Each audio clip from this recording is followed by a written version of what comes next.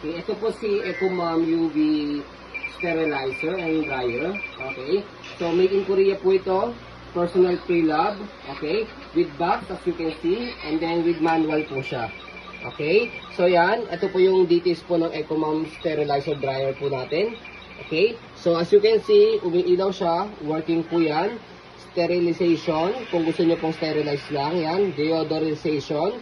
Or kung gusto nyo pong auto, pag sinabing auto, automatic na po yun, after nyo mag-sterilize, and then mag-dryer na po siya.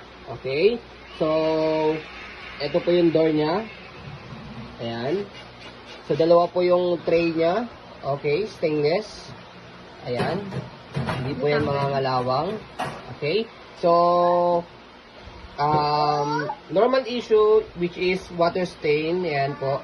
Nasa ilalim niya. Kasi nga po, sterilizer and then dryer. Talaga matutuyo po talaga yung water po dyan. Okay. Pero hindi po yan problema. Okay. Which is normal issue po yan. Okay. Yan issue. Okay, actually hindi po yan talaga issue eh. Ano po yan, yan po yung talagang, Watermarks lang yan. wait lang po, yung baby namin. Okay, so yan.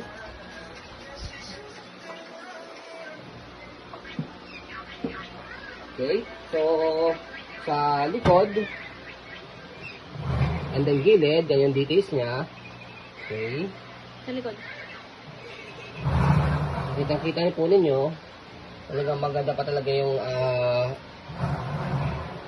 quality niya. And then yung itsura ng items po natin. Ayan.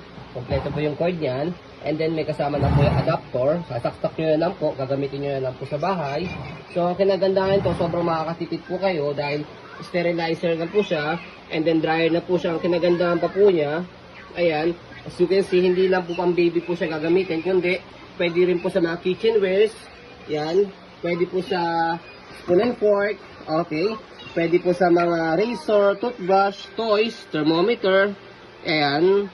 Sa mouse, handphone, remote control, earphones, headset, yan. Pati sa mga suklay, gunting, okay. Pati sa mga glass, cups, okay. Breast pumps, yan. Accessories, so, sulit na sulit pagka talagang ginamit nyo po itong EcoMom, okay.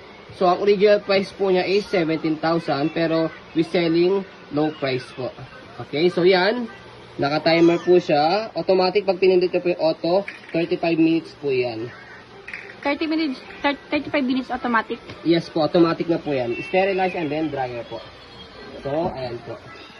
Okay, that's Okay. all. So, yun po. As you can see, very details po kami mag-video.